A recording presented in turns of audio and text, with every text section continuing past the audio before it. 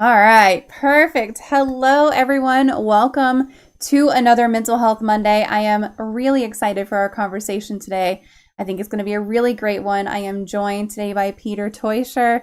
He is a life coach with a really thoughtful take on what happiness actually means. He is the author of Rethinking Happiness, where he talks about moving past surface level ideas and really getting into what it means to find happiness on your own terms. He brings a unique mix of experience to the table, from coaching basketball to working in corporate leadership to launching businesses. And these days he works with people from all walks of life, including top executives, helping them tap into their potential and make meaningful change. I'm really excited for this conversation today because we're going to talk about how we define happiness, what gets in the way of happiness, and how we can all kind of start approaching that a little bit differently. So, Peter, thank you for just agreeing to join us today. I'm so excited for this. Thanks. It's great to be with you. Really looking forward to our conversation. Yeah. For those who are here with us today live, we do have a question queue open. If you have any questions for Peter while we are here, feel free to pop those into the question queue and we will get them answered. I do have some social links for you guys. So if you are looking to connect with Peter, feel free to pop onto any of these. I've got LinkedIn, Twitter, Instagram, YouTube, all kinds of different ones. We were talking about socials ahead of this and just how there's always a new one out there. So it's always great. Leach and Rose, I see you both here. Thank you so much for being here. You're here early, on time, all that good stuff. Always love that. Feel free to pop any questions in. We do already have a question in by Rose. Rose would like to know, do you or your partner crochet or knit? We do not. I don't have a lot of room in my life for extra hobbies at the moment, but maybe something. Actually, funny enough, my wife's daughter does. She's just started kind of knitting and crochet and sewing, and it's kind of her thing. But she's only 11. Oh, I love that. That's a great time to start because I don't know if you get these, but they have those little kits of, like, you can make a capybara and it gives you all the instructions on how to make this little creature and that kind of thing. But yeah, I mean, 11 is a great time to start something like that. That's wonderful. Yeah, she's just at an age where she'll try something for a bit and then move on to the next thing. So we'll see if it sticks. That's okay. Some of them won't. But I can tell you from personal experience that sometimes you'll come back to it later as an adult. You'll come back to it and be like, oh, I used to really love making whatever, well, these little crochet creatures, and I'm going to try that again now. So that's great. Can you share a little bit about what led you to focus so deeply on happiness in your work? Absolutely. Well, it was quite a long journey. I've had my own personal development journey for the last 25 years, and in my my late 20s, early 30s, I really kind of hit a low point in terms of recognizing that I'd been suffering from depression since childhood. So I when I finally realized what depression was, I started going for therapy and really embarked consciously on my personal development journey. And so I guess I came to the point where I thought, well, if I can do this, anybody can do it. And I really, through changing a lot of the way I think and believe, I was able to just go from really struggling to find any kind of a joy in my life to having a very fulfilling, very positive, happy life. And so that's just something I wanted to pass on. And I just found that throughout my career, the different things working in the corporate world, but also getting into coaching, I realized it was just such a foundational piece of people's success and fulfillment, was just finding ways to be happy in everything that they do. So that was the main influence. The idea that you kind of took this of, if I can do this, anyone can do it, and really kind of put it into that perspective of, and then take that next step and say, I'm going to help other people do it. I think that's something that's really cool, because if you could see something and be like, oh yeah, I was able to do this, surely anyone could do it. That's one take of just like, anybody could do it. If I can do it, anybody can do it, and they'll figure it out, right? But you took it that next step. So is that something that you just kind of took that inspiration and ran with it? Did it take time to do that? Was there kind of a gap period in there? For sure. When I I think my first thought of coaching, well, actually, I didn't even know what coaching in the way that I do it was, but when I was starting to sort of find my new way of seeing the world and living and so on. Among all the other things I was doing for myself, I started to volunteer to coach basketball, and so and it was I grew up in Vancouver, Canada, and so I decided to go to sort of the more difficult part of the city, and sort of a high school that a lot of other coaches didn't want to go to. But I found those kids. Well, I coached from, I had 15-year-olds, 17, 18.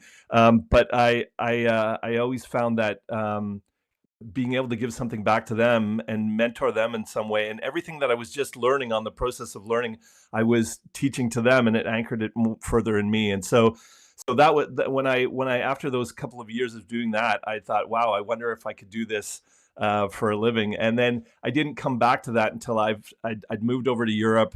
I'd been in the sort of in the corporate world, and then I started to sort of get coached myself, and realized it was something that I'd like to learn to do myself, and then it just kind of snowballed from there. But the I always came back to this theme of happiness, and what does it mean? Because for me, just getting coming through years of depression made me realize, that happiness is something that a lot of people strive for, and are looking for in different ways. They just aren't quite sure how to get there, or they haven't really thought so much about what it means to them, and they kind of take these cultural or societal cues on what it is and what it means. And that's where I thought I have something to offer and give to others that could help them, on their journey. And along with that, I continued to learn, right? So I continued to grow, and I think that was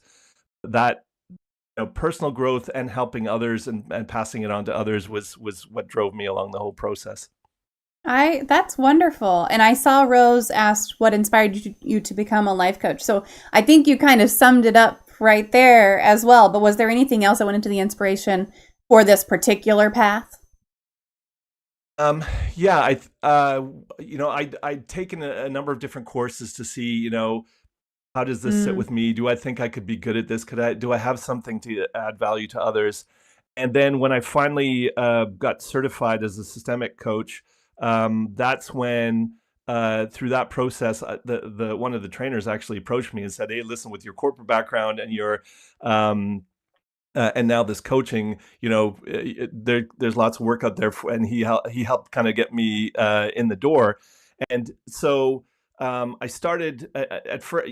Initially I thought, well, I would get into the life coaching, but suddenly I realized there's lots of other life coaches out there, and so I didn't focus on one or the other. Working systemically, you can apply that to people in their personal lives and in the workplace. And I realized, just because you're coaching someone on a business level, the personal life always comes into it. Yeah. We've talked about people's relationships, marriages, all that stuff. And I realized so much of what's happening in our private lives and our level of happiness and fulfillment affects how successful we are in life.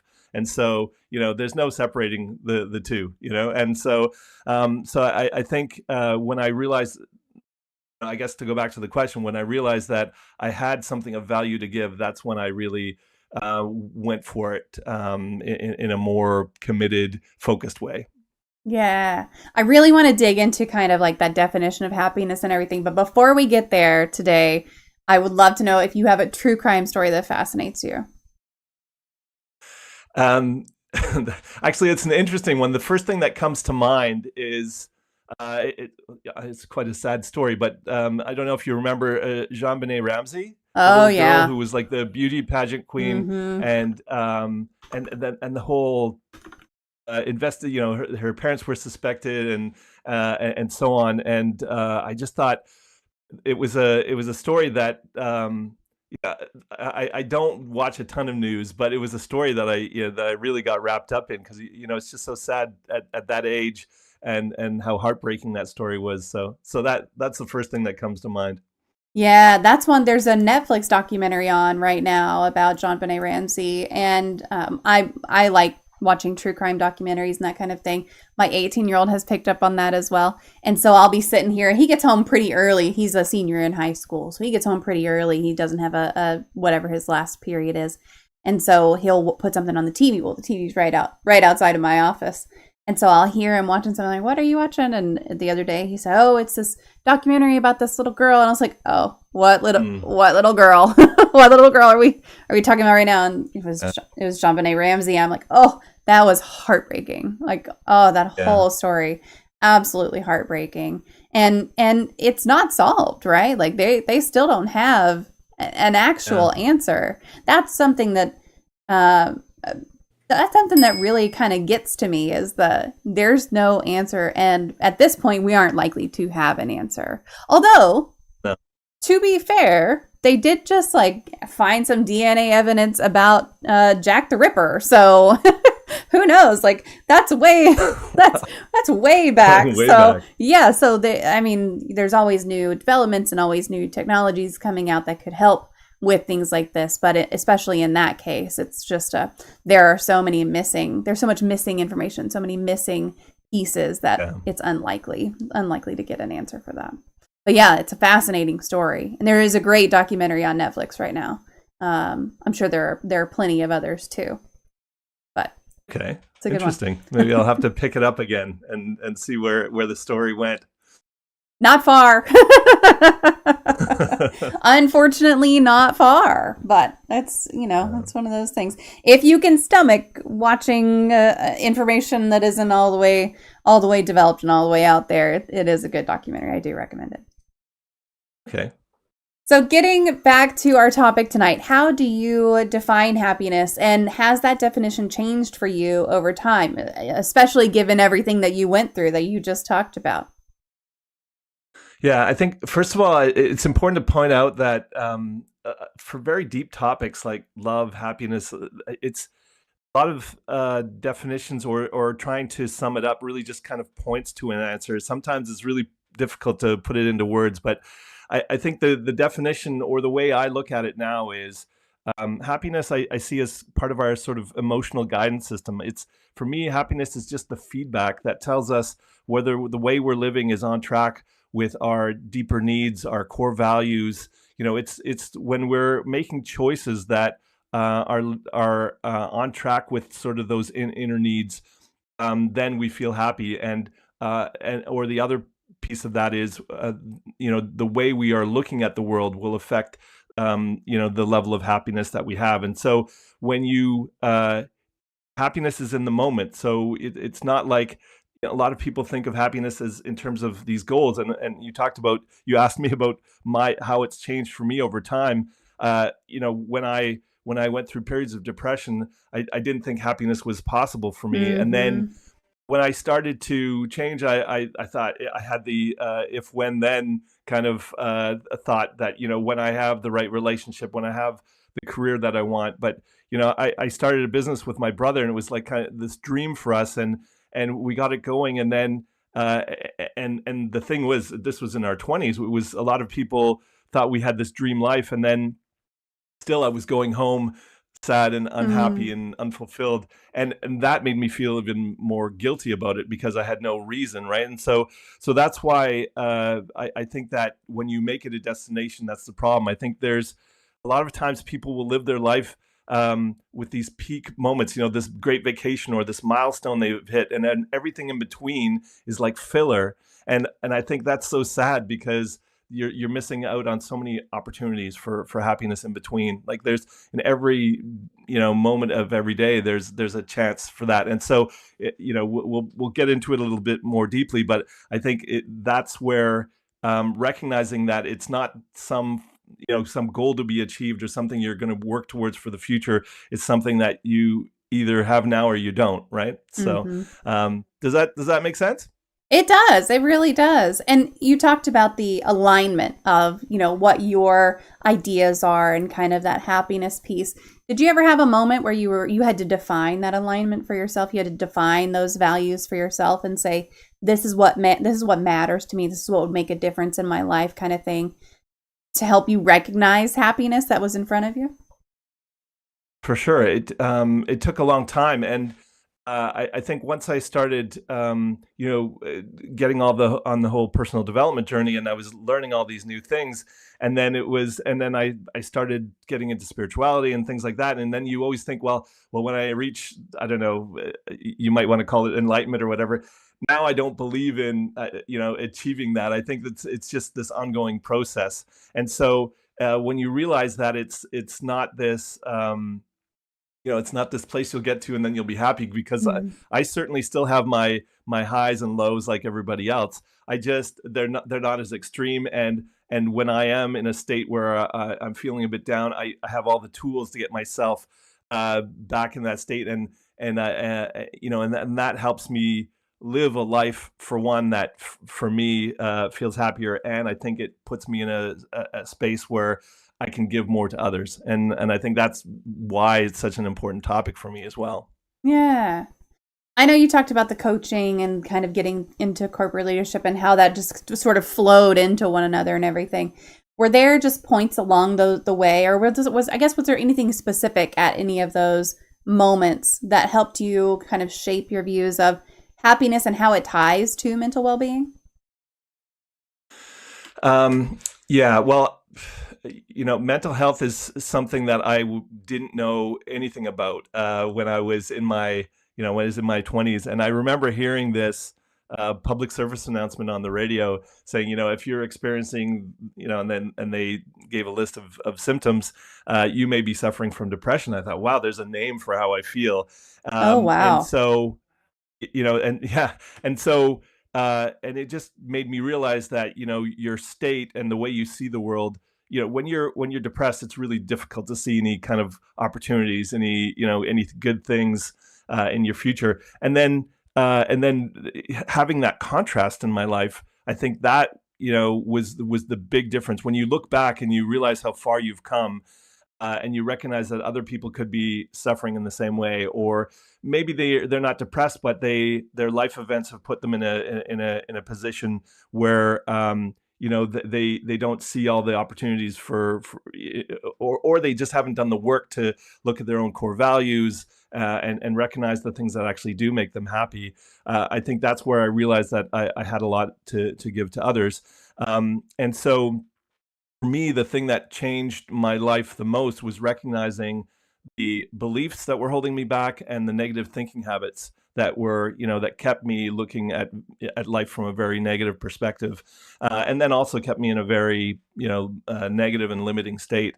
And I think learning to overcome those was something that made me feel so empowered. And I felt I went through a lot of those years feeling like a victim because I thought there was something wrong with my brain. I thought there was, I just been dealt this, these bad cards, and then when I realized I don't have to be a victim, and I realized that seeing myself that way really was disempowering. And then Mm. when I realized I have the ability to change, and I'm the only one who can make that change, and from that to create a happy life for myself. I think that's when I realized, wow, this stuff really works, and I can. And then when I started to, even like I said, when I was passing on some of the personal development stuff to some of the kids I was coaching in basketball, and some of them really resonated with it, I realized, oh, okay, this is something that feels right. And then it still took me years to discover how to really apply it and help people in a bigger way. So I hope that answers your question. It feels like it was a roundabout way of getting there, though. We're here for rambling and roundabout. It's fine. It's all good. That's what we're here for. We're here for the story. So it's all good. Excellent. You talked about the being in your 20s and not really understanding mental health and everything. I was definitely there back in my 20s as well. And I think that was Mhm. very common. And the thing that makes me really hopeful for the future is that now my 11-year-old and my 18-year-old, they already know so much about this is not good for my mental health. This is not protecting myself. These are things to look out for. Like it's so much, it's got such a broader reach into today's teenagers and young people. I am so hopeful that their lives are going to be way better than ours possibly were because of that, just Yeah. with that awareness. And I think it's so great that, when I was experiencing this, and even when I was first getting therapy and so on, I didn't talk to anyone, not even my closest friends Yeah. knew about what I was experiencing because it was still fairly stigmatized. I think it's really encouraging that people talk openly about it now. Even, Yes. celebrities are talking about their, experiences with depression or mental health issues and anxiety and that sort of thing. So I think that the dialogue is what's really going to help us as a society move forward and recognize the things that we're doing to undermine our own mental well-being. Most definitely. For sure. Yeah. And you mentioned core values, and I know that we talked about kind of that values alignment earlier. And this is something that we've had questions on this channel before, and we kind of get some either good resources that were pointed to, or like just kind of go find your own way sort of thing. But the question that's come up before is, how do you identify those core values? How do you figure out what your core values are? Do you have any sort of exercise that you normally point people to for that? Absolutely. I use it in workshops and I use it in personal coaching. There are some online kind of, you can do a test to, they'll get you to pick between different ideas, words, and they'll come up with your sort of top five or whatever. I find a really great way. What I do with my clients is I'll have post-its and I'll get them to write a value on every post-it, and we'll put them on the wall or on the window. And I try to get them to come up with at least 25, 30, but if not more. And then what we do is we get them to slowly start pulling those values off to the point where it feels uncomfortable, where it's like, oh, I'm really struggling to take this one off. And so some people really struggle to get it down to 10, but if you can get it down to 5, that will really help you hone in on what your core values are.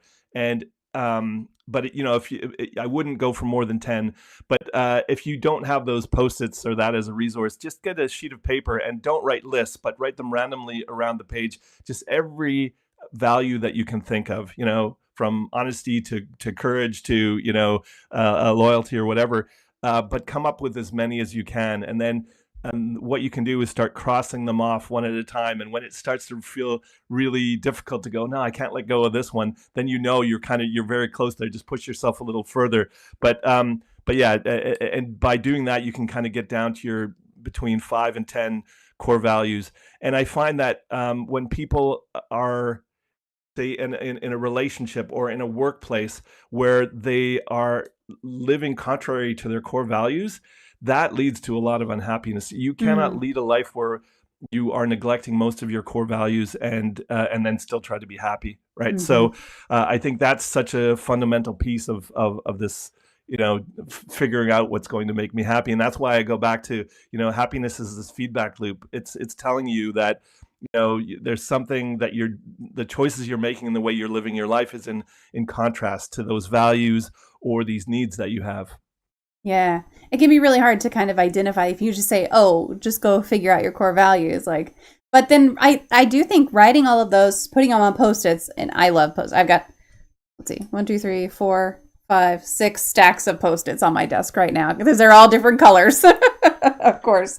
Yeah, and I think that exercise with the Post-its works really well because you physically have to remove it, right? And as if you're giving it up and you never get back to it again. Obviously, that's metaphorical, but I think for the brain, it really does something. And when you recognize how some of those the values that you've written there, how they resonate with you. I mean, having the physical action along with the thinking process is a really cathartic process, and I think it really helps people. Yeah, you're right. The physical taking one off is great, but yeah, that's wonderful. I haven't heard of anyone doing it that way, and I really, really like that because you're just like, it's that brainstorming and then editing it down piece that you're just letting your brain throw everything out there and then pulling it back to what really matters to you with thinking. So you're like, just take the thoughts off, write everything down, get it all up there, and then start thinking. I think that's great. Yeah. It can be helpful. Obviously, I believe in coaching as a coach myself, but even if you have a friend who can kind of if you're willing to do it with a friend to talk you through it, because sometimes we're not willing to push ourselves as far, come on, there must be one more you can take away or whatever, and it really forces you to get down to the essence of what your core values are. Mm-hmm. So yeah, if you have someone that you trust that you want to do that exercise with, that's great, but you can certainly do it on your own. Yeah, that's cool. That's neat. I wonder what my kids would do with that exercise. I wonder maybe I should have them do it and then like wait a year and have them do it again. see how it changes over time, because kids are learning and growing and everything. So theirs are probably going to change a lot more than mine will. Well, I find that in my years of experience, I find your values don't necessarily change, but you emphasize different ones, right? So when you're younger, maybe freedom might be one that's on your list, but then it becomes as you get older, your emphasis focuses on security or something, Yeah. and they're not mutually exclusive. So you could have those both in your core values, but as you're younger, you're more focused on one than the other. So I find that over time. It's not that your values change, but you emphasize different ones. Yeah, that's interesting. Rose has a great question. This is not related to the topic, and I'm assuming it's a question for me, but that is totally welcome and totally fine. Rose says, "How do you find your guests?" And I love this question because it used to be really difficult for me to find guests. It was me reaching out to individuals and saying like, "Hey, please come join me for this conversation." And it was just like, I reach out to people I think were cool. And I probably had like a 25% response rate on that. But now I've gotten to the point where I'm on so many platforms and I reach out to so many people in so many different ways that like Peter reached out to me. And so I'm at this point now where I'm like, okay, I feel really good about the show. I feel really good about what we're doing. And I've got people reaching out to be on the show and to join me. So it's changed a lot over the years. When you're first starting out, if you're considering doing something where you're interviewing people, it is a lot of work. It's a lot of work to do it at first. But over time, you get to this point where people start reaching out to you, or when you reach out to someone, they're like, "Oh, I've heard of that. Yes, I'll join you." So it becomes a different conversation whenever you kind of get that reach a little bit. I love that question. Thank you. And actually, I used to do this kind of a format with a coaching colleague, and we just had conversations about the coaching topics we thought would be interesting for others. But now I really enjoy having these conversations with different people because it's a little bit different every time. People ask different questions. They bring something else out in me, and so I find getting to know different people and that interactive nature. I think I love that. So anyway.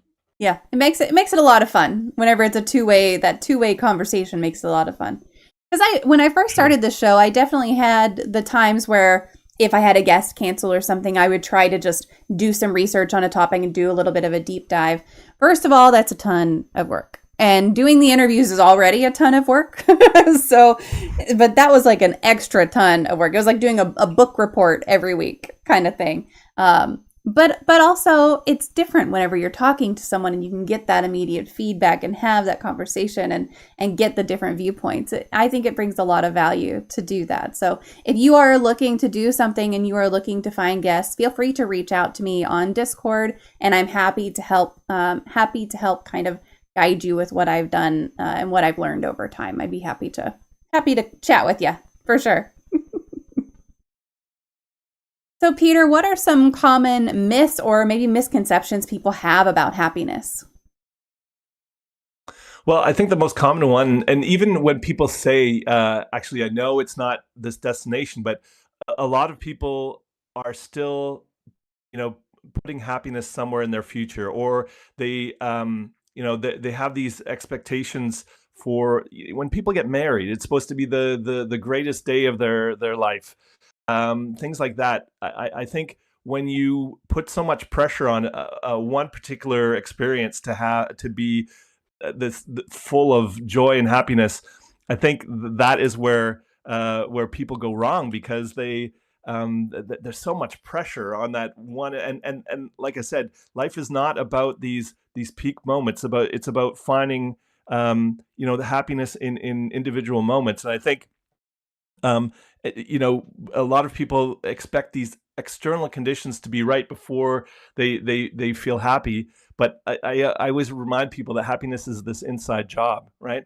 And you can be when you can learn to be happy in the most difficult situations, that is when you know you're on the right track. I love to go back to one book that really inspired me was Viktor Frankl's Man's Search for Meaning. It's a very short book, but he talks about his experience, in a concentration camp, as a, when during World War II, and in these atrocious conditions, he describes this moment where in the cold winter day when the sunbeam reaches his face and he finds this moment of joy and happiness in that moment.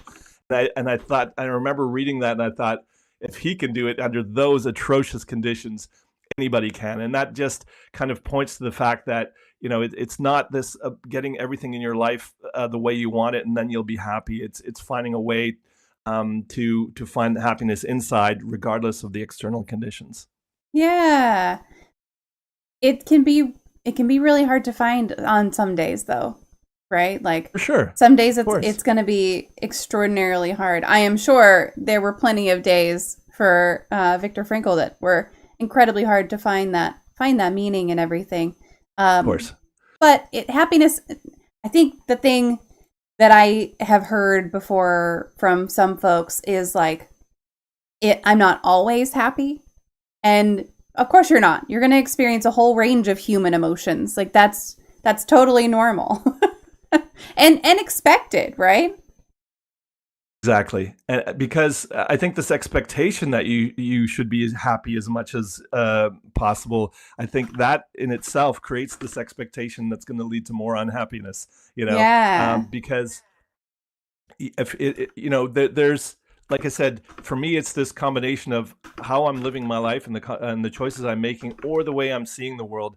And a lot of times we have so much to be thankful for, so much that could make us happy. It's just we're so focused on, this is the thing, this person is supposed to be making me happy, or this job is supposed to be fulfilling me, or I booked this great vacation and spent so much money on it, and I'm not happy on it, right? So it's these expectations that we put on other things, and then we'll have these moments that are just so simple, being out in nature or watching the sunset, and we don't reflect on, because it's not a peak moment, we don't reflect on the fact that those little moments can be so fulfilling and provide us so much happiness. And if we can anchor in those moments, rather than these big grandiose points of our life where we expect it so much, I think that will help put it in perspective. And we need contrast in our lives, right? How will you know if you're happy if you've never been unhappy, right? So, I mean, I've had pretty extreme contrasts in my life, but I think that's all led to making me appreciate when those times are good, when I have those moments, and I think when we can be self-aware enough to recognize, those little things that create joy in our life on a day-to-day basis. That's what I'm trying to point towards, getting into that habit and that way of seeing life and the world and yourself. I think that's what I'm pointing towards when I'm talking about finding more happiness in your life. Yeah.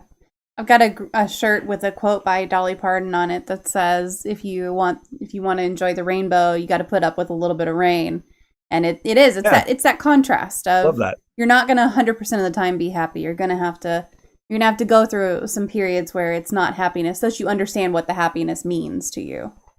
And it's different for everyone. And this is the thing that I've learned through the coaching is also, because I wasn't always in coaching, I was looking to help people, find their own highest potential. I mean, that's still generally what I do. But I would have people that would come to me that would say, I've done all these things in my life, and they were at different stages of their life, but sometimes they had a partner and a family and a career, and the finances were okay, and all these things, but they still weren't happy, and they thought there was something wrong with them, and I said, well, what did you think would make you happy? And they had this checklist that society provides for us, that, do these things and that's going to lead to happiness.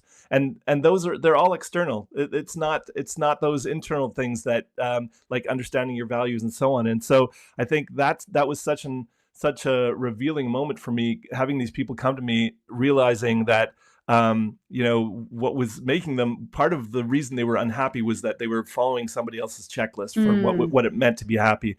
That's why I really encourage other people to define it for themselves. Nobody can tell you what it means to you. In the same way that nobody can tell me how I can experience more happiness. And so that's I think that's the struggle, that a lot of people are looking for the pill or the hack or the quick fix that's going to solve their problems. And it's this process of doing the inner work, and reflecting on the beliefs that you have that are undermining your happiness, the chronic thinking patterns that you have, and then the environment that you create for yourself, right? And so all of those things contribute. It's not just one thing. There's no magic pill. There's no one thing that you're going to do that's going to. It's the lifestyle you live, and sort of the habits that you integrate into your life that are going to make that happen. Yeah. Do you ever find that people are afraid of happiness, or that they maybe sabotage their own joy to an extent? Well, certainly, when you look at some of the beliefs that undermine most people, it will be things like I'm not good enough or I'm not worthy, right? And so if you're not feeling worthy, then you will certainly do things to undermine your own happiness. And also the sense that, putting everyone else ahead of yourself, right? For years I've been talking about when you get on a plane and they give you the safety instructions. It's, in the case of loss of cabin pressure, put on your own mask first and then help children and those around you. And the thing is, if you're not taking care of your own happiness, then you will not be in a position you'll not be in the best position to help other people. And the reason for me that happiness is such an important topic is because I think that happy people are better. They're better partners. They're better coworkers. They're better citizens. Better parents.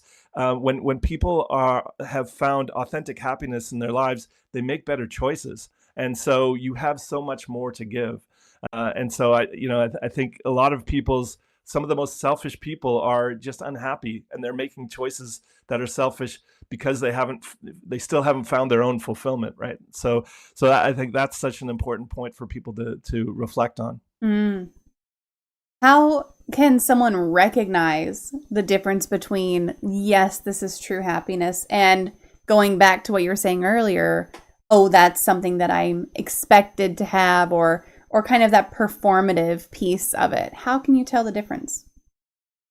Well, I look at it in terms of authentic happiness, and a lot of people are looking for that kind of hedonistic, pleasurable, those pleasurable moments. Those are the ones that are supposed to make us happy, and a lot of when those are, of course, they're fleeting, right? So just feeling good or having that dopamine hit is not the thing that's going to that's not the authentic happiness I'm talking about. So when you do the work on the core values, that's one piece. But when you can recognize that, even when things aren't ideal around you, but you can still find this place in yourself to anchor your emotions, that's when you can recognize what authentic happiness is about. Because when I'm very fortunate. I live in a beautiful part of the Hamburg here in Germany, and when I go out into nature, which is right in basically my backyard, and the sun shining, and I can just find so much joy in those moments, right? And so sure, those are conditions, but I still see people walking. And I encounter people with this frown on their face, or this scowl, and I think, look around, how can you not be happy? And so that again just comes back to the way they're framing it. They're so lost in their thoughts and some other moment that they're ruminating on, that they aren't capitalizing on this opportunity to be happy, right? And so when you recognize you are often standing in your own way of being happy, I think that is when that's a very liberating moment, because then just in the same way that when I learned to meditate, I realized that I can't stop my thoughts, but I can control what I give my attention to. Hmm. And you can do the same thing in everyday life. And so you'll realize that a big part of happiness is that you're focusing on the wrong things. Excuse me. You're giving your attention to the things that aren't supporting your happiness, and a lot of times the things that support your happiness will also support your success in life, whether it's success in your relationships or your workplace or anything that you do. And so they're all kind of intertwined. And so that's why I find happiness is also this great barometer for, are we living in a way that's authentic and in alignment with what we really need. Hmm. You talked about the airline and the mask coming down and put it on yourself and everything. And I completely agree, completely understand that. I was just having a conversation with my mom today, and she was we were talking about my oldest going to college. And I was like, I really want him to have a good experience. I really want him to have the things that I didn't have when I was his age. And I'm trying to provide that the best that I can. And it's really, we were just talking about kind of the difficulty, some very specific things that I'm dealing with right now. And she kind of had this moment of like, you can only do what's in your control, right? Like you can't control whether or not he enjoys his college experience, and you can't control if he gets into housing. Like it's not something that you can control. And it's hard because being a parent, being a caregiver comes with this sense of like, I need to do for you. How can someone pursue happiness for themselves? How can they put on that oxygen mask for themselves without feeling a little bit selfish? Yeah, I think, that's the point I was just trying to make, was that it's not, well, how can you stop from feeling selfish? That's your own job on how you want to frame it. But I think it's a really important point that people feel like it's very self-indulgent to pursue happiness. But when you can frame it in a way that, the happier I am, the more I'm going to, it'll be contagious. The more I will make choices that are going to be better for me and for other people. It's a win-win. When you find your optimum level of happiness, or when you are able to put together many moments of happiness throughout each day, you will be in a far better position to give to others. And it will. I remember having, I was at a company that I was working at, and one of the people on my team, she was finance manager, and she said her nickname for me was Mr. Positive, right? So I'd found a way to, in finding my own positivity and satisfaction and joy, I had that contagious effect on someone else. And so that's why it's not something that is that is selfish. I think it is something that is actually going to benefit everyone around you. I mean, think about it. Do you enjoy being around miserable people? Do you that are struggling to be happy? When you will find that you will have more to give, and you will gravitate to people will gravitate towards you to try and get some of whatever you've got. And so I think it's a very positive thing to find ways to be happy for yourself. And as I said, you also will make better choices, and which also means being less selfish in the way that you interact with other people, right? So I think it all kind of combines to have a positive net effect on people. I know up until this point, we've really talked about happiness being this, like, you're choosing to view it that way, and you're kind of making sure that you're seeing those moments in life as this is what happiness is aligning with and everything. What about folks who are struggling with trauma or chronic pain or mental illness? Is there some way to maybe frame it differently, where it's not that happiness is really that choice, but if you're struggling with some very specific things, are there still those chances to be happy? I think with any choices that we make in life, in order to make the best possible choices, you need to put yourself in the right state. And so if you are if you haven't dealt with past trauma, or you are feeling depressed, and it doesn't even need to be chronic depression, um, obviously you are not going to be able to see all the options and opportunities there for you. Mm. So it's very difficult to say to someone who's who's experiencing anxiety or depression or some other thing that's limiting their mental well-being to just choose to be happy. I don't Hmm. believe that's possible. But what you can do is start making choices that you know will create more happiness in yourself. You can start making choices to, I made the choice to go to therapy when on the days I was feeling strong enough to go, because I was at a point where I struggled to leave my apartment. I struggled to get out of bed in the morning and I felt so ashamed. I thought I had this chronic laziness. Obviously, in that state, you can't just choose to be happy. Hmm. But what you can do then is once you find ways and you develop the tools to modify your state, to put yourself in a different state, and a lot of that has to do with that's a lot of the work that I do is helping people develop new beliefs about themselves, about the world. That is a big piece. Learning to choose different thoughts. Those are choices you can make, and then the feedback will be more happiness, right? So that's why I don't think you can just choose to be happy. I don't think that's authentic. I think that can be very superficial. But when you can start doing the inner work that will then help you make choices that lead to more happy outcomes, that's the process. And it's not necessarily an easy one, right? Hmm. So people will look for the easy route, or they'll distract themselves and they think that's happiness. They'll do the shopping, or they'll use alcohol or drugs, or they will spend a lot of time dreaming about some future but never taking action. Those are all just distractions. If you're willing to do the work in the moment and know that you're building towards a happier life that way, that's the only real authentic way to get there. And I think when you also talking about happiness in terms of it's not just these moments when we're feeling relaxed and easy, and those are easy times to be happy.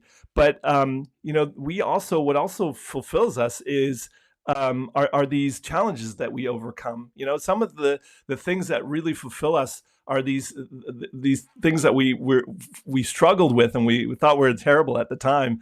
Um, but then once we overcome them, we just feel more empowered. We feel a greater sense of courage, and I think those are the things that will then lead to more consistent happiness as well. When people talk about getting into the flow state, that's when you kind of lose yourself in the things you're doing. There's two really critical components. One is it has to be challenging enough so that your brain doesn't get bored, Hmm. and the other piece is that it has to fulfill you in some way. It has to, the guy, the psychologist who kind of coined the term flow. His name's Mihai Csikszentmihalyi. Don't ask me to spell it, but he's a Hungarian American psychologist, and he talks about how happiness is a component of getting into that flow state. So it's the combination of finding something that makes you happy in the doing of it, and he even talks about it in terms of just you can make a game out of it or do something that makes it fun, and then combine it with your challenges. So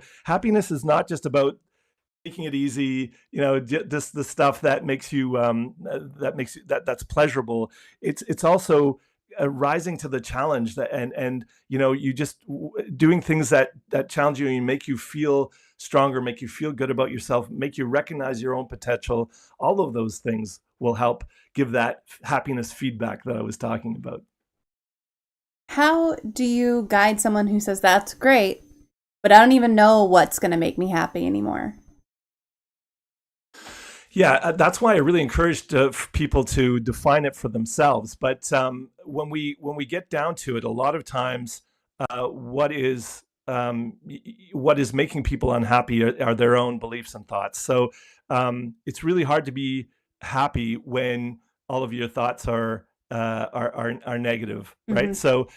Hmm. So I think it's about raising your level of awareness. One of my coaching mottos is awareness allows change. And so that's through the coaching process. I ask a lot of questions because the answers are within you. Nobody can tell you how to get to happiness or what it means for you. And so, first of all, it's about taking the time to reflect. There are lots of easy things that you can do on a day-to-day basis that will give you more opportunities to be happy, right? So in the same way that you might if you're wanting to live a healthier lifestyle, you'll look at your diet and your exercise regime or something like that. um, in the same way, are you living a healthy a lifestyle that's going to allow you to be happier? So, and that includes, am I watching too much news? Am I watching too much? Am I doom scrolling? Am I am I hanging out with people who are always complaining and negative? Right. So you can create the environment for yourself. And so that's why when we look at the choices we're making, we will choose to spend time with certain people, or expose ourselves to certain influences and information, and then taking an inventory and asking ourselves, is this really making me happy? And then when it comes to our thinking, we can, complaining is a habit. We can have so much, but we focus on the little bit that we're missing in life. And so that's why a regular practice of gratitude is something that I found made a huge difference in my life. So there's lots of little, you might call them hacks, but I find they're just healthy habits for creating more happiness in your life. Yeah. You brought up the doom scrolling and too much news, and curating your feed is a huge thing right now, because these algorithms that are on all these different apps that we're all doom scrolling on. Hopefully not too much. Hopefully, you've limited it some. You can put timers and stuff on your apps if you need to limit it. But they're catered, they're designed to draw you in. They're designed to keep you scrolling. And so if you have a feed that is making you unhappy, I hear it a lot about Twitter. They're like, oh, Twitter's a cesspool. I open my Twitter and it's nothing but positivity. It's nothing but people supporting one another, because I have curated it so closely that it is a good space for me. And if something negative sneaks in, I'm like, who do I need to unfollow? Because this is not it. This is not where I'm trying to be right now on my Twitter experience. But you have to, it's a very conscious effort to do that right now, because there are these algorithms and all of these programs are using that to just really get their hooks into you and draw you in and get you to engage in some way, shape, or form. And sometimes that's a negative engagement. So you got to watch it. Absolutely. And our brains are wired for that. I mean, there's a reason why good newspapers and networks don't work, because we're not drawn to we're looking for the things we have to fear, that we have to watch out for to keep ourselves safe. That's the way our brain is wired. So if we limit our exposure to that, we'll feel a lot better. I remember when I left Canada, I backpacked through Asia for 6 months, and I didn't have a lot of access to the news or anything. And I realized, I mean, obviously, not working and just seeing the world and stuff, that's going to help with your happiness for sure. But I found that when I got back to everyday life, and I didn't get myself a television, I didn't watch any news. And I didn't find I was, people would tell me things, so I didn't find I was massively uninformed, but I certainly noticed that I felt a lot better. And then when I get my teeth into a topic someone would tell me about, and I'd watch YouTube videos on it, and I could really feel the difference when I was exposing myself to negative news, negative input on a regular basis. And so I think that's just good about a good housekeeping thing about recognizing how much time am I spending talking about or exposing myself to negative topics that undermine my happiness. I think that's just, and that's in your control to change, right? Yeah. It is a balance though, between I want to know what's going on and how much is too much. But that's another one. You just got to kind of define that for yourself. And exactly, you can be informed, but you don't have to be inundated. Nobody's asking you to give a press release. Well, for most people, on some topic that you're spending hours and hours, looking at. And I think that's where self-reflection comes in. It's recognizing when the things you're doing aren't making you feel good, and so spending less time doing that. I mean, it comes down to being as easy as that sometimes. I want to flip this a little bit and ask, is there such a thing as too much focus on happiness? Can it become toxic? You've heard the term toxic positivity. So kind of down that vein, or can it become performative even? Absolutely, and I think that happiness is not putting your head in the sand and not looking at any of the bad things in the world or around you. It's having a good awareness of, okay, these are things that I don't like, so I'm going to change them. It comes back to what you said about, you can't control, you can only change what you control. Hmm. And I think it was the philosopher Epictetus talked about how, the only thing you can really control is your thoughts and your beliefs, the things that you believe and the thoughts that you focus on. I think you can control a few more things in life, but those are some fundamental ones. So when your expectations are that that you need to be happy all the time, that can be a problem for you, obviously. And so when there's too much focus on happiness, because as I said, happiness is more of this byproduct. It's this feedback that we're getting from life. And so when you're constantly focused on your levels of happiness, it will come to you when you're living an authentic life, when you're living according to the things that are good for you, that make you feel good, when you do your mental health checks, when you have good habits in your day-to-day life, happiness will come. So that goes back to making happiness the outcome or the goal that you're trying to achieve, right? So taking that away and being less focused on what you call happiness and be more focused on, am I living in alignment with, Mm. the authentic part of me, the needs that I have, and the things that I know make me feel better, make me feel physically and mentally stronger. And I think when we take the time to reflect rather than looking at a lot of it, so much of it is about being willing to go inward rather than looking for these external cues, like how many likes have I got, or what's the feedback that I'm getting, very relevant to what we were just talking about. But also, am I achieving the same things as my, as people around me? Mm.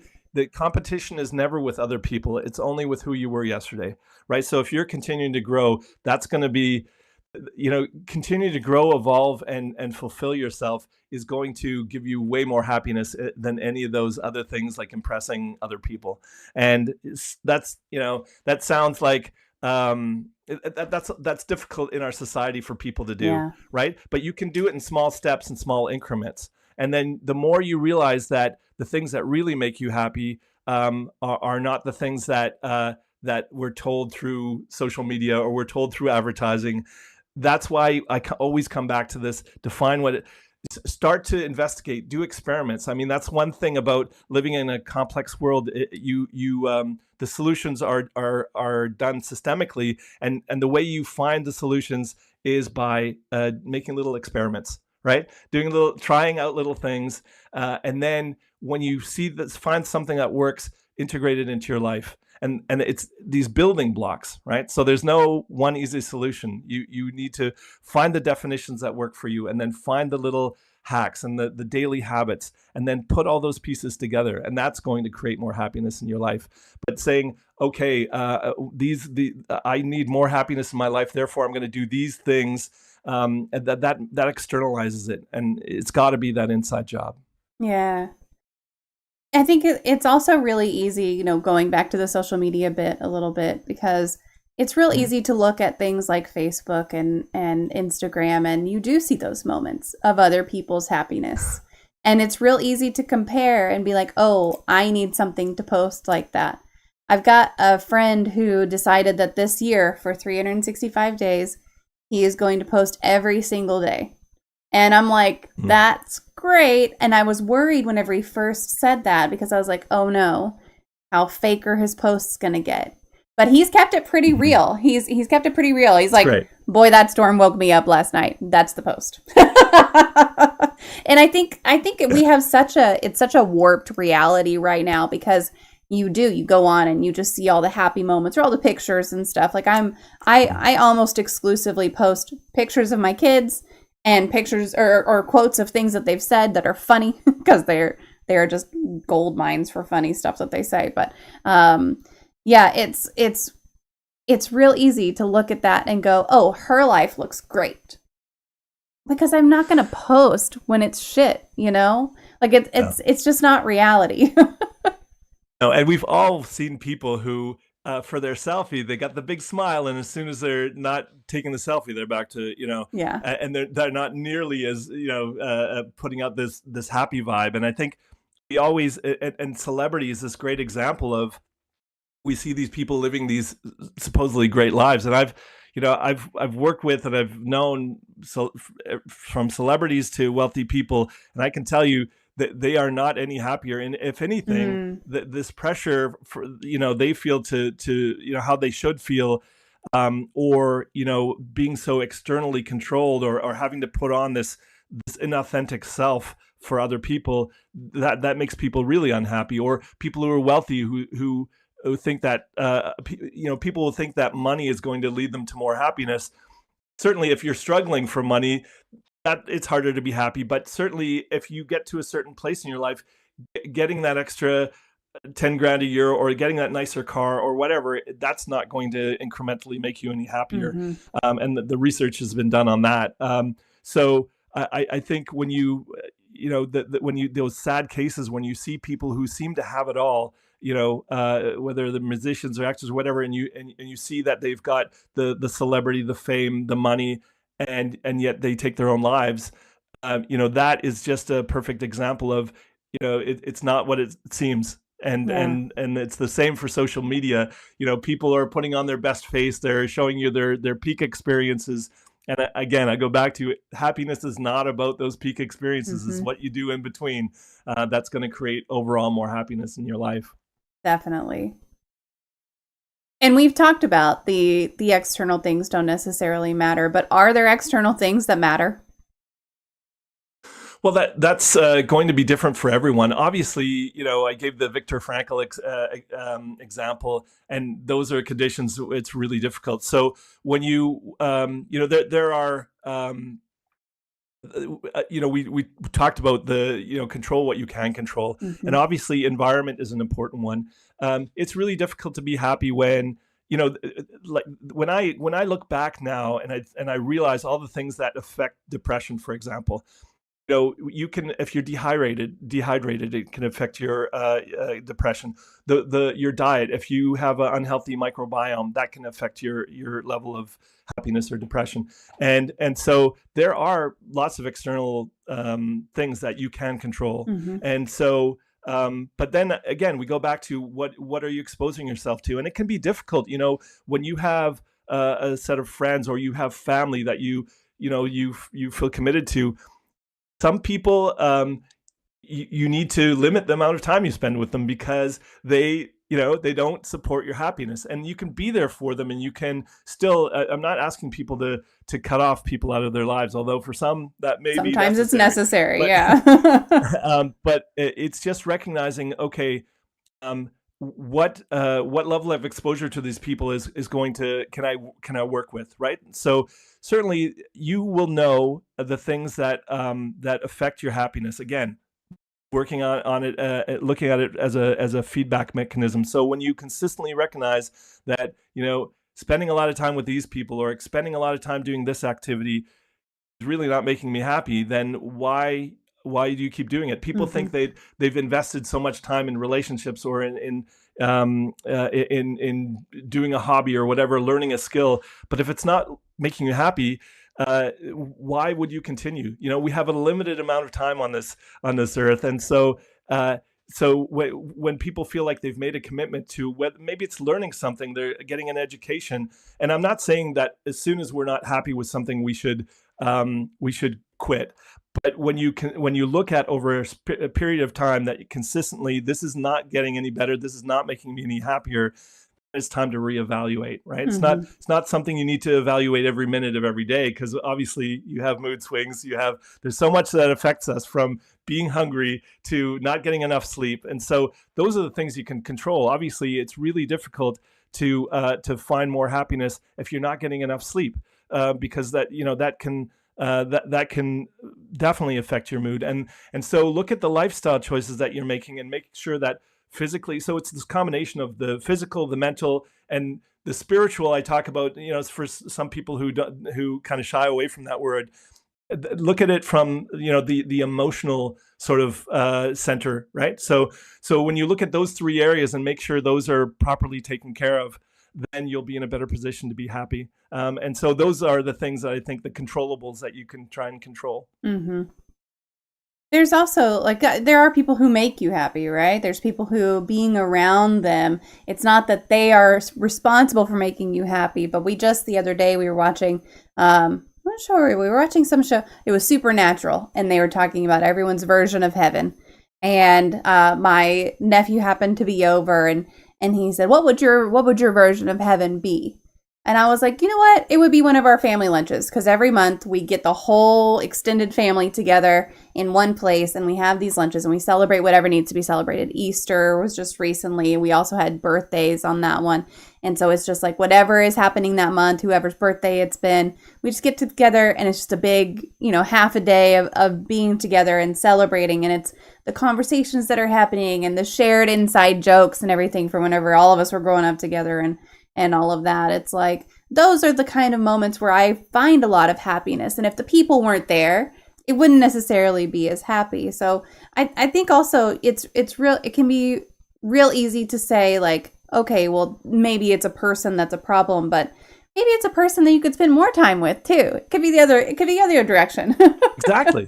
Well, that's just it. It's not about what you remove. Sometimes it's what you add. Sometimes it's what you remove. But I love that example that you gave, because I think about, I've been blessed to have done some amazing things in my life and traveled the world and lived amazing experiences. But I'm on my second marriage, and the time that I have an 11-year-old in my life, and we just had the best moments are when I get along great with my in-laws. So my wife's family comes over, her parents, her sister, and we have these lunches or dinners, and we'll play board games, or we'll do these, and they're just such simple moments. Yeah. And yet I wouldn't trade them for anything. And even when I compare, there's no comparing to these other moments I've had. Those were great too, but just that connection that you feel with others. So when you talk about other people making you happy, it's less about that what you experience in their presence. Yeah. That connection you feel to them, and the love, whether it's just things you have in common, but there's just the energy they have or whatever. So I'm glad you put that caveat in. It's not making other people responsible for your happiness. Yeah. Because that's something that I really learned out of my first marriage, is that you can't make someone else happy. So, and I can tell you for myself, when I was feeling depressed, there was nobody in the world that was going to be able to make me happy. So giving someone that responsibility is a sure way to undermine your own happiness. And also just recognizing that you can't do it for someone else. You can be there for them. You can support them. And you can spend more time with people who you have a real connection with, but at the end of the day, it's not that other person. It's the connection, the bond that you feel, the circumstances that you're in. That's that feedback that you're getting. That, oh yeah, this is the right situation for me. Yeah, boy, those first marriages will teach you some shit. For sure, absolutely. I'm super grateful for that experience too. So, some people will feel bitter about things that went wrong. But, everything, even though I may have not liked it in the moment, everything has helped me grow and become who I am now. And I'm happy with who I am. So I think that's the way to frame it for yourself. Most definitely. I got my 11-year-old out of it. That's great. Yeah, great. I learned a lot. And I learned what I don't want to go back to. Put it that way. Yeah. Well, this is thing. That's what contrast does for our life. Oh, absolutely. If you, how would you know what darkness is if without light, or if you've never experienced fear or unhappiness? Like, these contrasts in our lives, they teach us so much, and so I find great value in them. Absolutely. I want to talk a little bit about your book and your coaching approach. What makes those two things stand out from the rest of the books and the coaching on happiness? Yeah, well, there's lots of great coaches out there and who have different or similar approaches. Maybe I think to start on the book, a lot of people will get self-help books or inspiring books, because they're looking for some answers. They're looking Mm-hmm. for someone to tell them, this is what I have to do to achieve this thing. And in my book, in each chapter, I look at life and happiness from different perspectives, so that people can to encourage people to reflect. And then each chapter has a set of questions for people to reflect, because the answers, my coaching philosophy is that the answers are each person has the answers within them. So any answer that I'm going to give you is not going to be perfect for you. The answer that you need is within you. My job is to help you find it, to help navigate you there. And so that's what I do in the book. I for each chapter, and for all these different topics that I feel contribute to people's happiness or lack of it, there's these questions to help people reflect. And it's all about raising their level of awareness, and that's the approach that I take. So not everybody's happy with that. They want the hack, or the answer. the magic, the magic exercise or the answer. That's not the way the book works. But at the end, you'll find, once you've gone through the processes, and if you look at it as more of a workbook where you take in all these different perspectives, okay, that gives me maybe a different way of looking at it, and then you ask yourself these questions, that is going to help you find the answer for yourself. It's just like, the whole parable of, give a person a fish, you'll feed them for a day, Mm-hmm. teach them to fish, they'll feed them for a lifetime. And that's what I aspire to do. I aspire people to get the tools, and certainly I have tools and I have processes in the book that will help people find more happiness and navigate their lives. But at the end of the day, the answers are within them, and I aspire to help people navigate their way to those answers. So that's the approach in the book, and that's very similar to the approach that I use in my coaching. Yeah. And look, again, I focus a lot on, because for me, what made the biggest change was changing a lot of my beliefs, because we develop, from the time we were old enough to think, we were developing these beliefs about ourselves and the world and our place in it. And so most of us don't think of ourselves as philosophers, but basically we've built this philosophy that we have, and we're not even aware of it. And it's driving our strategies in life, and it's driving so many of the outcomes. And we wonder why we can continue to come back to these different these outcomes that we don't want. And a lot of times it'll be because what we believe, and then the thinking habits that we've developed from there, those are the things that are keeping us stuck. Most people who are trying to overcome a problem starts with them, and we overcome that, and then the other problems become easy to solve, right? So that's the approach that I take with coaching, and that's what I've found the most success with. So Yeah, it's neat to say, like, the answer is in your hands, right? Because I think a lot of self-help books do try to bottom line it and say, here's the only thing you're gonna, if you want to know what the answer is, get to chapter 37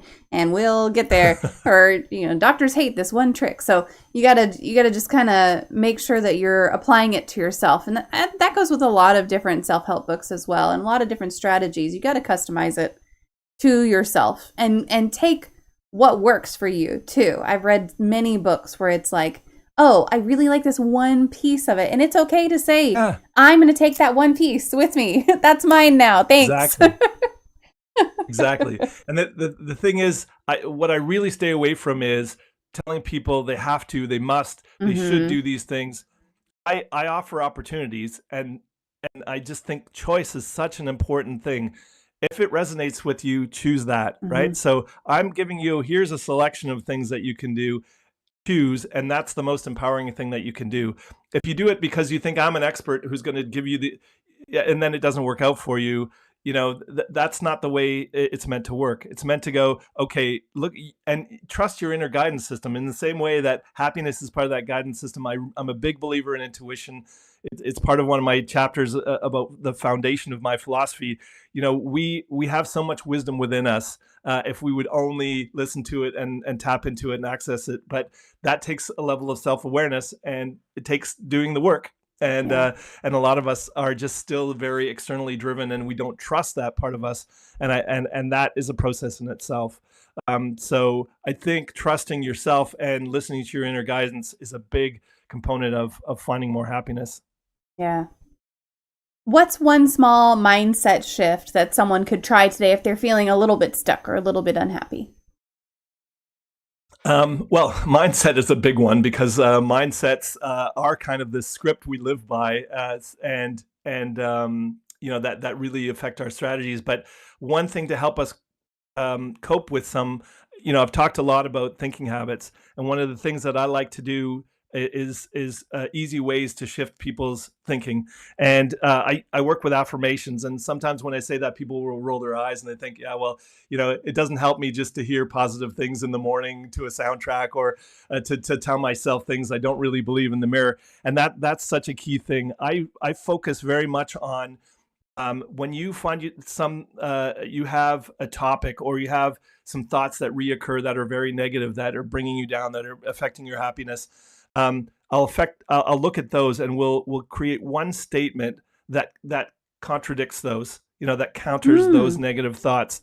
And so the important thing is it needs to be believable to you. So if it's a affirmation that says I'm really great, or I'm wealthy, or I'm amazing at this, but you don't really believe it, you need to frame it in a way that's, well, I know it's possible for me, or however you want to do it, but it needs to be believable to you. It needs to be said in the positive. So it's not, I don't do this, or this doesn't happen. It needs to be affirming the positive. And it needs to be, formulated in words that resonate with you. So and it should be framed in the present. So when you have that statement for yourself, anytime you're getting these negative thoughts that you're about this topic, you have your affirmation, and you just repeat it to yourself again and again.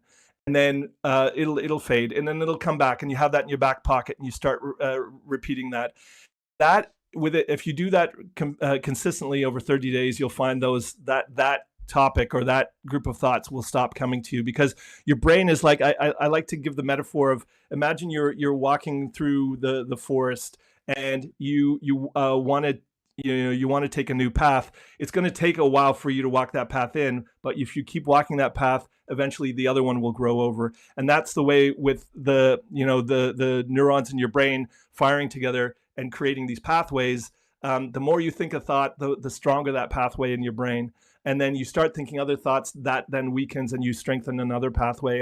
And that's why this repetitive focusing on what you want, what your strengths are, and so on, because your brain will tell you all these things that you need to be aware of, that could be dangerous, all these fear-based things. And that's great that it's trying to keep you safe, but it's not showing you the solutions. It's not showing the things that are going to get you where you want to go.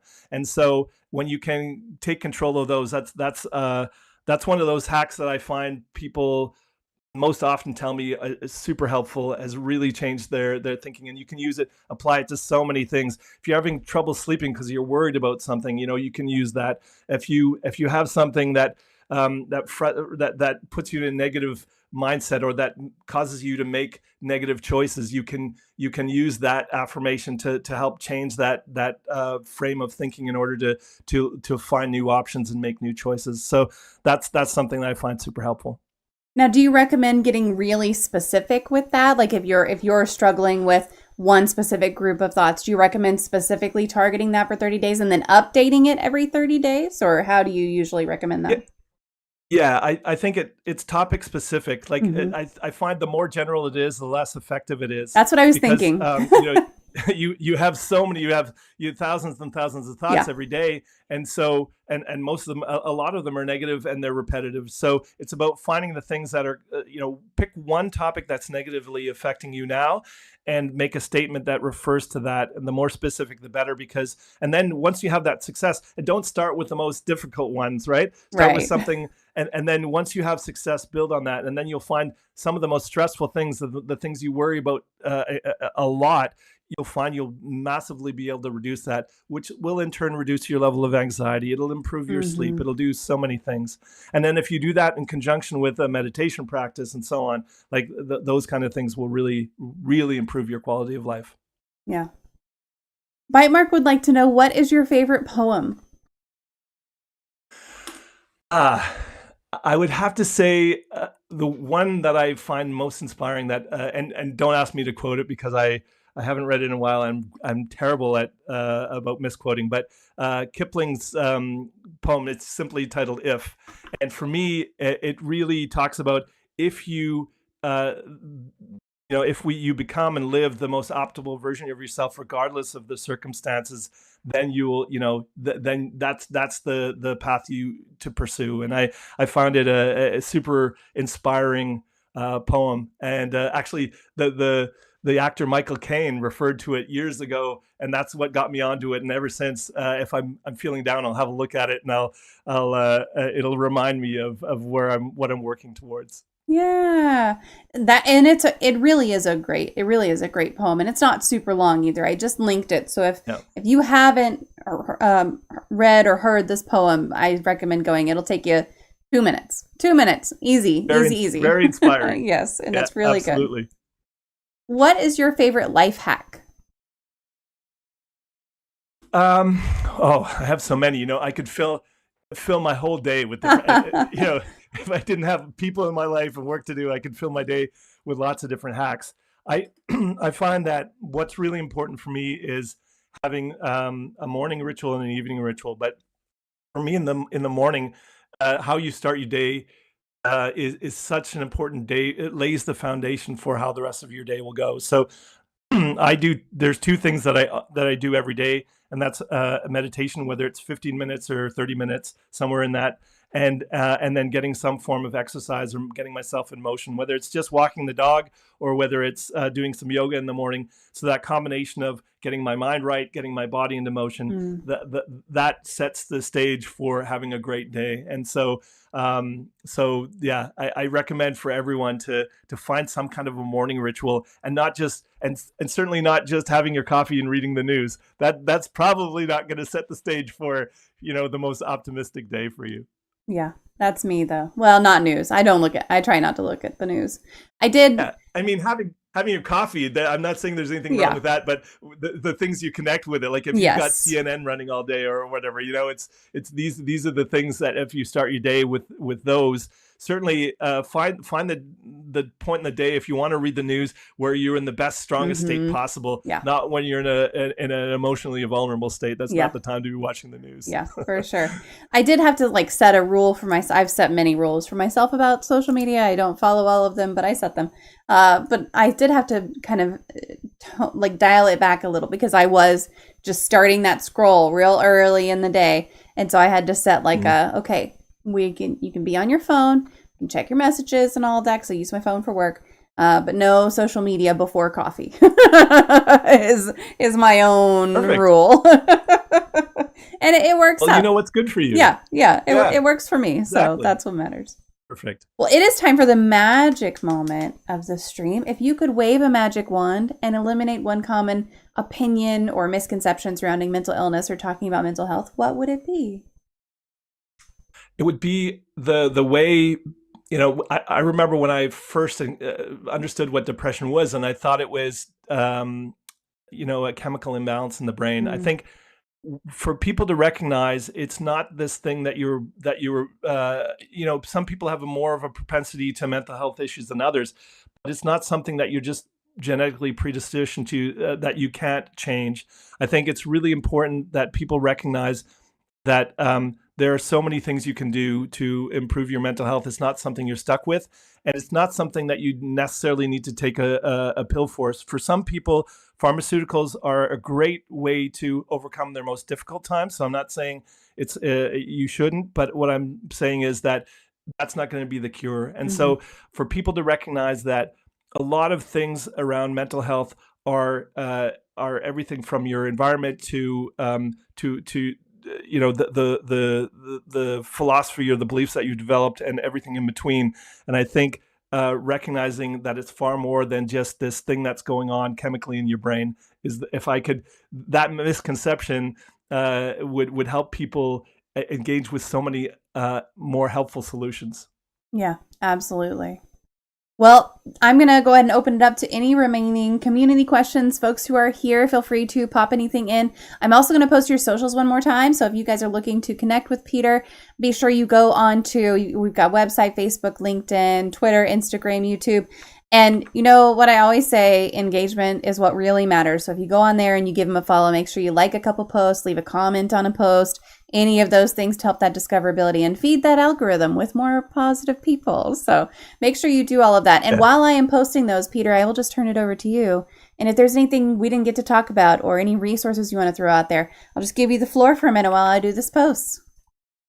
Absolutely. Well, I think first of all, if people want to read my blog, it's obviously a free access, and I write it because I want to share a wide variety of things that I encounter in my coaching practice and in daily life, or in the personal development stuff that I read, the research that I read. So that's something, if you want inspiration or you're looking for the hacks we've talked about, feel free to read my blog. And I think the one thing that I like to always remind people of is that don't believe everything that you think. A lot of times, we have this inner narrator that gives commentary on our life and on ourselves, and a lot of times it's not true. So just remember, just because you've thought it doesn't make it true. And when you start to question that, and you find some clarity that way, you'll find the way forward to happiness is a lot clearer for you. I like that. Okay, well, I don't see any more questions, so I will just say thank you so much for being here for this conversation. It was absolutely wonderful, and I hope that it reaches many, many people who need to hear it. So thank you for joining me today. Really appreciate it. Thanks so much for having me on. Absolutely. All right, chat, give me just a minute. I will disconnect with Peter, and I will be right back. Stick around.